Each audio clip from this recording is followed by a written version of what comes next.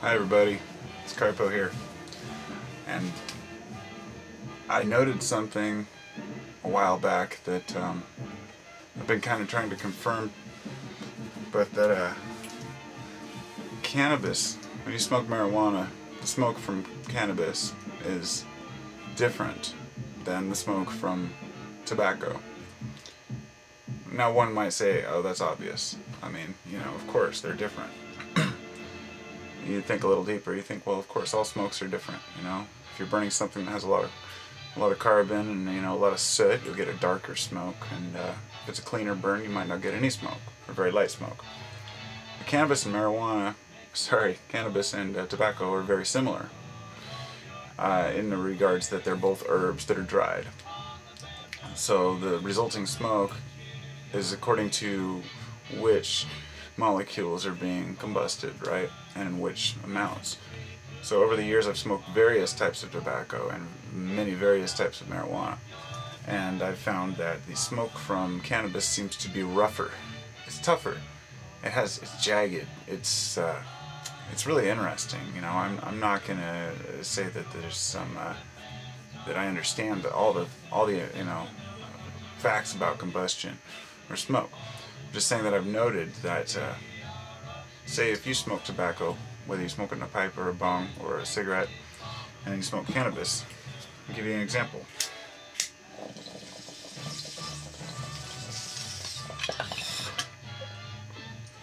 You see that smoke? It's wild. It's hard to explain, but the way it comes off the bowl, it's wild. On tobacco, when you're smoking a cigarette, well, this is when I mostly notice it, because I roll my own joints and they're nicely ground, just like tobacco. Of course, tobacco is a leaf, and cannabis is a bud, so it has little pockets and it bursts, and it's resins and oils, and the oil is a totally different component. And it may sound just kind of mundane, I guess, to even talk about the differences of smoke, but the reason why is because the smoke is alive, in my eyes. The smoke has a being to it. It's many molecules working in a uniform fashion too, just like the waves in the ocean, the way that the smoke goes through the air. I mean, smoke in nature could just as easily disperse evenly, but it doesn't, because of just the way it is. It's just the way it is, and it creates little pockets, and it creates its own little wind patterns, and a little bit of smoke rises further off the center, and that's the kind of stuff that really amazes me. That because I think somebody, I can't remember where I heard this. Somebody told me a story about a farmer. Maybe I saw it on a show or something, about a farmer who sat down with somebody, and he said, "You see that truck over there driving, and you see this over here, and you see this over here, and you see that smoke rising up off of the, from the road and the wind." He said, "It's all alive," and he meant it's all a system. It all works entwined in a perfect system. But each component of that system is, in its own right, alive. And what really fascinates me to no end is that the human body is comprised of living cells. Each one of these living cells has its own energy field, its own magnetic field, and operates on its own standard, but in a uniform fashion to get things done.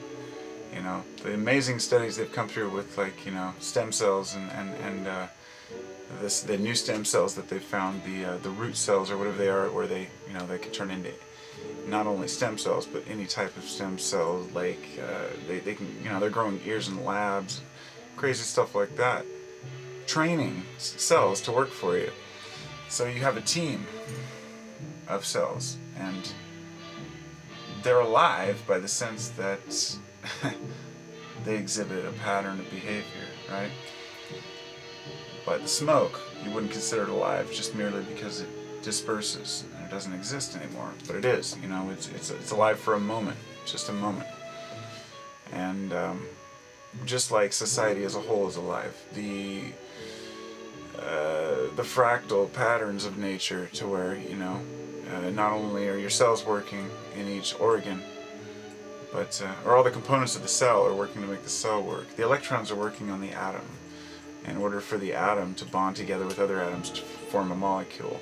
And this molecule talks to other molecules and creates compounds in order to form cells and mitochondrial DNA to create our bodies. And it carries this program and this knowledge to be whatever part it needs to be perfectly almost all the time. And all these different species arise from that. And each one of those species, it doesn't just extend, that's where we stop. We stop at the people, thinking this is it, okay, yeah, we build up cells, organs, people. No, we know that the people build communities, and communities build states. States build nations, nations build the world. And the world builds the solar system, which builds the galaxy, which builds the universe, and the multiverses and whatever's beyond. So every little component works in perfect conjunction. So everything is alive in that sense, because everything's necessary. Every smoke puff is alive. So when you see a smoke puff from cannabis or from tobacco, think about that. I mean, and that's kind of funny, because actually Lukey made a comment on one of my videos the other day about how weed is a conductor, or weed smoke's a conductor, and I understood what he was talking about, but it was kind of that kind of could correlate to this. I guess it would be a conductor because it's in its own right alive for a moment. But I don't know, man. I kind of wanted to carry on with like the whole idea about the cells in the body, but I don't know how much I could go. I mean, that stuff is just wild to me. I mean, how do they know? I've had these debates with people about whether or not, why evolution happens. And people will fight to the teeth that evolution is true. And I say, you're right, I believe in evolution. I always have. Evolution exists. But what happened in between? How are we manipulated? That's loud. Sorry. What kind of things happened to us? How did we get to where we are? And why? And none of these questions are answered by any type of modern science or even the deepest philosophers are thinking, other than the idea that we're all part of a natural law and something greater, which some people call God, some people call universal mind. But what is this consciousness that drives evolution to happen? Why does it happen? I mean, it doesn't seem like I can get that across when I'm trying to express it to people. Like, I say, but why does it happen? They say, well, it happens because of mutations within the body. And things happen, and the mutations that are better survive. I'm like, that just doesn't answer my question of why. Why do things evolve? And how do they evolve so perfectly? Like I say, you might be able to explain away one species of flukes that got them to have big bright feathers and attract each other, say like a peacock. I mean, yeah, a bunch of accidents, created these crazy birds with these wild feathers and these mating rituals and these dances. That's great if that's true. But it just doesn't explain how mutations could be caused by just mere chance when they look just like other insects, or animals that look like plants, or plants that look like animals, and how everything works in this synergy. There would always be one species that would dominate and overwhelm and destroy itself. Nobody can explain scientifically why nature has a balance and why it corrects itself. That's the thing I'm trying to get at, and that's the thing I can't seem to express to people when I talk about science. Like, I respect science. I love all the things it's brought us. I love all the things it's done for us. But it doesn't answer that one question away by saying evolution is it, Evolution is not the question. We know that there are fossils found, and we know that there were ancient ancestors of man, and we can track as much as we can and relate it and say, yeah, it's pretty damn close. There were jumps and gaps in evolution that we don't quite understand, that I believe are cosmic shifts and DNA alterations by cosmic waves, which are just sound vibration. So we have, light vibration, and so we have these moments where different species, and the theory goes, it's kind of like my theory that I've based on others, is, different parts of the world are exposed to these rays because everything's electric, right? So these little arcs of light energy going through space might hit one part of the Earth and create a leap in evolution with that part of the Earth, or maybe a mutation on a mass scale. But either way, there's some sort of a cosmic mind behind it. Otherwise, I just can't explain why we get to where we are. How did we get to this point without having some sort of a mind behind our creation? I just can't understand why nobody can explain that to me. How did evolution and random mutation bring about synergy within species, across species?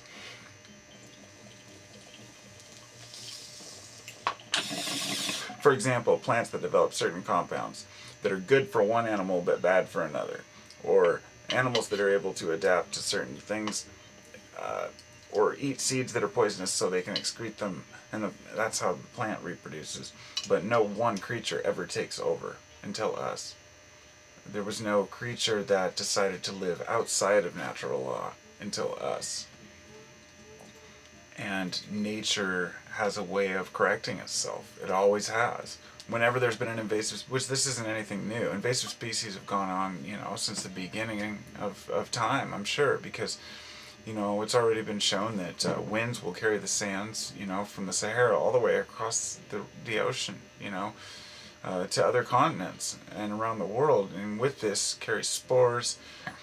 And most likely some of these small spiders or whatnot that can ride the wind currents way up in the jet stream have passed on to other places, and maybe a couple late seeds got over there.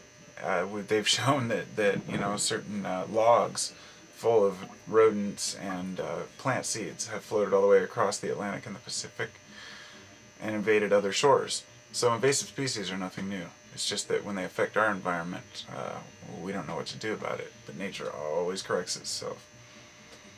So the question is this: are we an invasive species? I would like to say no, because I think that everything's part of the big picture. But the way we're living right now, I don't know. It's hard to say. But it's a fascinating world to live in, to say the least.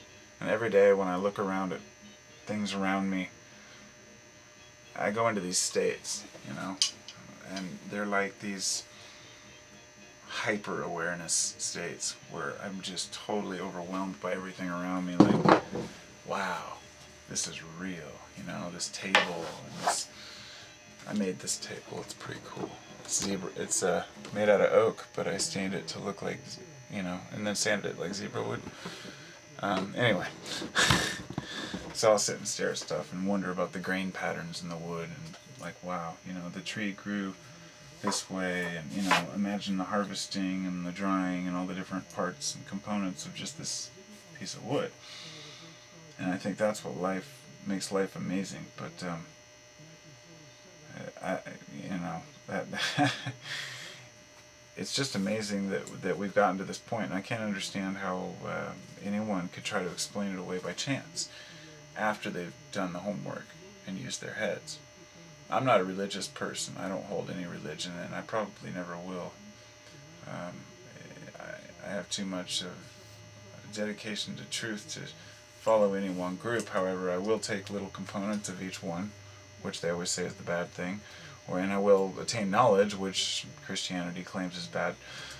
But I will use all these things and try to better myself and my environment, because my true belief is that knowledge is power, and that we are here to learn. So we wouldn't have a consciousness if we weren't here to educate one another.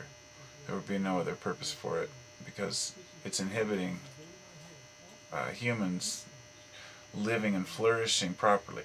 See, nature creates animals perfectly in a way that is compatible with the environment.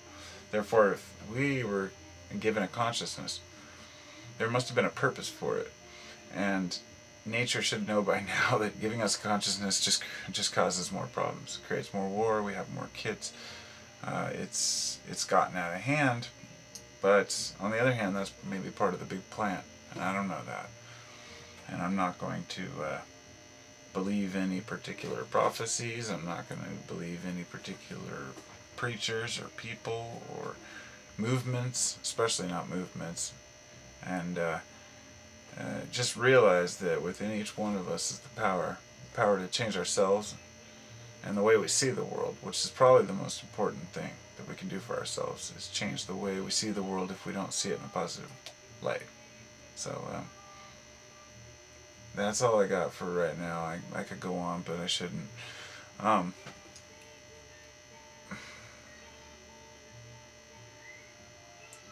Just living in harmony, it's really hard.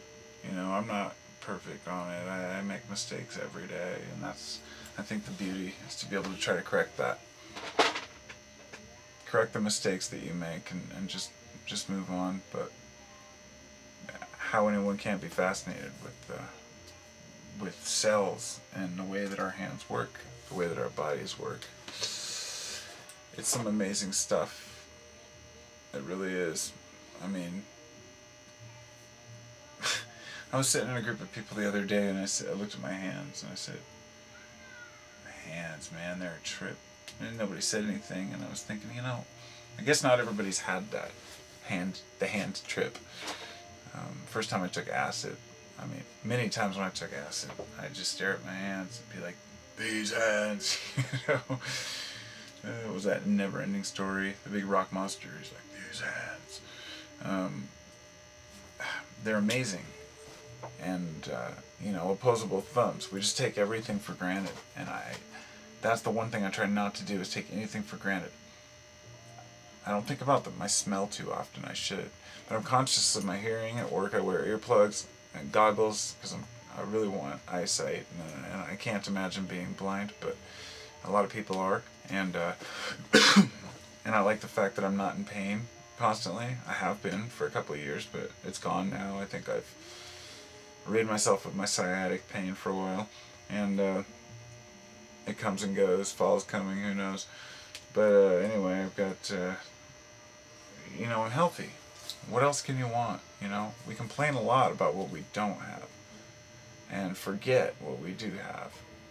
And I forget that sometimes, and it makes it easy to worry about what paycheck I'm not getting or how much I'm not getting. And sometimes you think too positive, you can overwhelm yourself by not getting anything done, of course, because if you're happy with nothing and you're getting stepped on, then that's not a good way. But in your heart, know that you just don't need more than your share, and just do your thing, and good things will come to you. It's like they say, you can't rob an honest person. You can't cheat an honest person, because they're not looking for a deal. I don't know. I like that one. That was an old saying. But, Confucius, eh? So it's definitely an interesting world to live in. Definitely is. Namaste.